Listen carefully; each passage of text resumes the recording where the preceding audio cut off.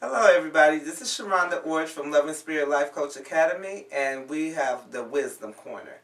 So today we're going to be talking about relationships, romantic relationships. So the first thing you need to do is just evaluate yourself. Remember, we talked about self-worth. So what do you want in a mate? What do that really means? Like, I hear a lot of people, I hear men say, I want a good woman.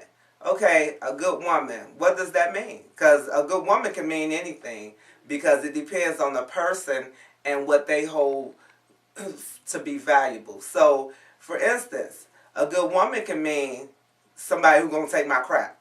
Somebody who's going to just take whatever I dish out and just buck up and take it because I'm going to be a good woman. Or it could be somebody who's not going to take my crap, who's going to lift me up, who's going to help me, but make sure that I help myself.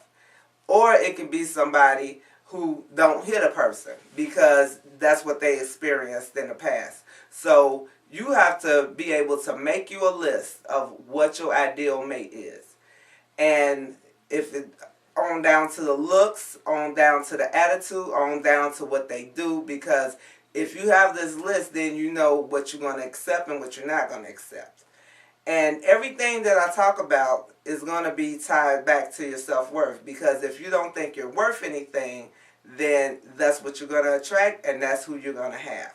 So you're going to have somebody who's just scouting out somebody maybe with low self-esteem, because maybe they have low self-esteem.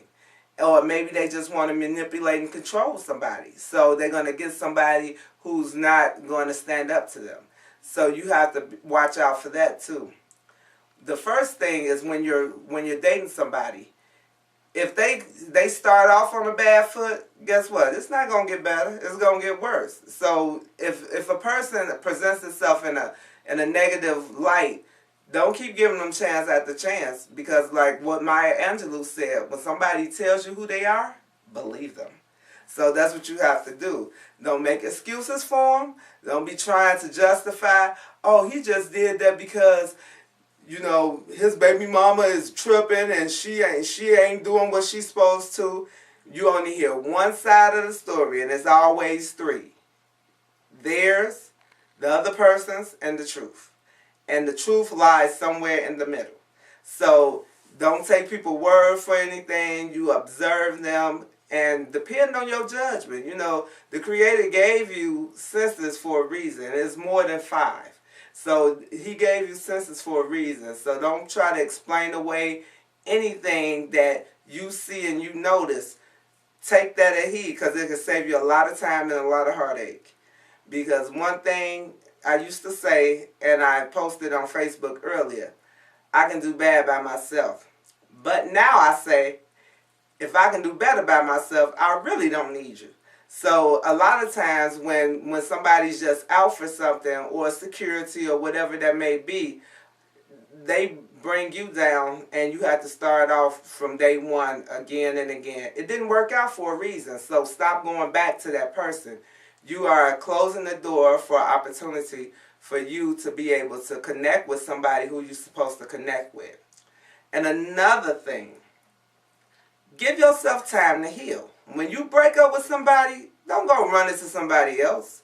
Or don't have a person on the side as you breaking up with that person so you can have backup. First of all, that's feelings involved.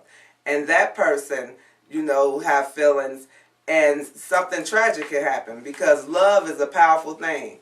Now, somebody will wind up doing something to somebody else, and then you'll never know. I watch Snapped all the time, and that's always the outcome. Either the woman killed the man, or the woman been to kill the other woman. It's a lot of variations to that. So love is nothing to play with. And if you know you're not real with a person, don't play with that person, because you never know what they're capable of. And people, for those who have that attitude, like I know I have that attitude, more than men, I will kill. So the reason why I don't kill is because I write it down. You be dead on paper. And trust me, you do not want to be an inspiration of one of my poems, especially in a negative light. But I digress. Back to the subject. But just kidding, y'all, because you know what? One day this tape might come back to bite me. I had to erase somebody for real. Just kidding, just kidding, just kidding. But anyway, I'm going to get back. If you know that you're that type of person, like seriously, I know my anger can drive me to a place where I don't want to be. I just cut all ties. There's no need to even be around that. Because if you know where you can go with a person that is not in a good place, why do you want that person around?